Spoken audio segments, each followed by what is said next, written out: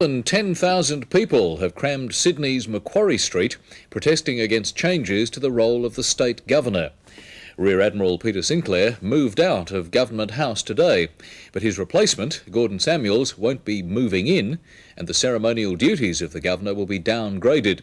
Constitutional monarchists claim today's rally shows the people don't support the changes. State political reporter Kerry Douglas. Thousands of people lined the route to the official residence this morning, bidding farewell to Admiral Peter Sinclair as he took his final trip down Government House Drive. Then they marched up Macquarie Street to make their protest outside Parliament House. To protest about the unilateral and undemocratic interference with our rights by the Premier, Mr. Carr. And the monarchists in the crowd were not prepared to tolerate Republicans.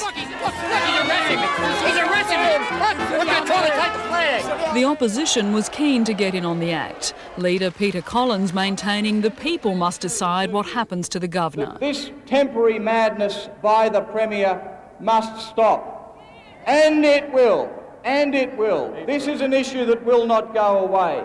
It's one of the largest crowds Macquarie Street has seen since the education rallies against the coalition government back in 1988.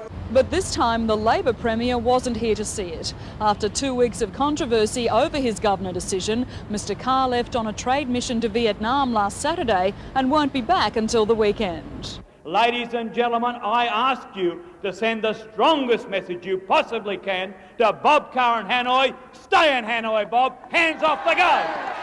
The acting Premier says people are just confused about the changes to the governor's role. The reality is there's been no constitutional change in New South Wales. What we're doing is saying that the people of New South Wales who own Government House and who own the gardens around Government House now have better access to it.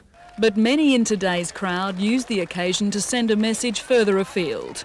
Australians for a constitutional monarchy maintain the New South Wales Premier's decision will affect the federal election campaign.